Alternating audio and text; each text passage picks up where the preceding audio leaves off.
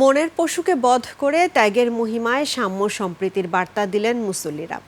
দেশ ও দেশের মানুষের সমৃদ্ধির পাশাপাশি ফিলিস্তিন সহ মুসলিম উম্মার শান্তির প্রার্থনাও করেছেন জাতীয় ঈদগাহ ও বায়তুল মোকাররমে নামাজে আসা জনমানুষ। আদিত্য মামুনের রিপোর্ট। ত্যাগ ও আত্মার মুক্তির অন্বেষণে পবিত্র ঈদুল আজহার নামাজ আদায়ে হাজারো মুসল্লির ঢল। জাতীয় মসজিদ বায়তুল মোকাররমে নামাজ আদায় শেষে ত্যাগের মহিমা তুলে ধরেন মুসল্লিরা।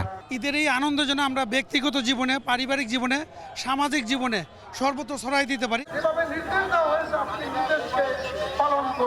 এর আগে জাতীয় ঈদগাহে সকাল 7:30টায় অনুষ্ঠিত হয় প্রধান জামাত। পরে কোলাকুলি করে ঈদের শুভেচ্ছা বিনিময় করেন পরস্পর। ঈদের শান্তি যেন সকলের মাঝে পৌঁছায় সেই বার্তাও দিলেন। জীবন অবাক না করলে কে করবে? 28% মিল্ক ফ্যাটের অবাক করার সাথে ফ্রেশ মিল্ক পাউডার। জীবন অবাক করুক প্রতিদিন। দেশের সবাইকে আমার ঈদ মুবারক এবং ঈদের শুভেচ্ছা। আল্লাহর কাছে মুনাজাত করেছি, আল্লাহ আমাদেরকে ঐক্যবদ্ধ থাকার তৌফিক দান। জাতীয় ঈদগাহে ঈদের নামাজে নারীরাও অংশ নেন। আমাদেরও কোরবানি কবুল করে, তাই চাইলাম।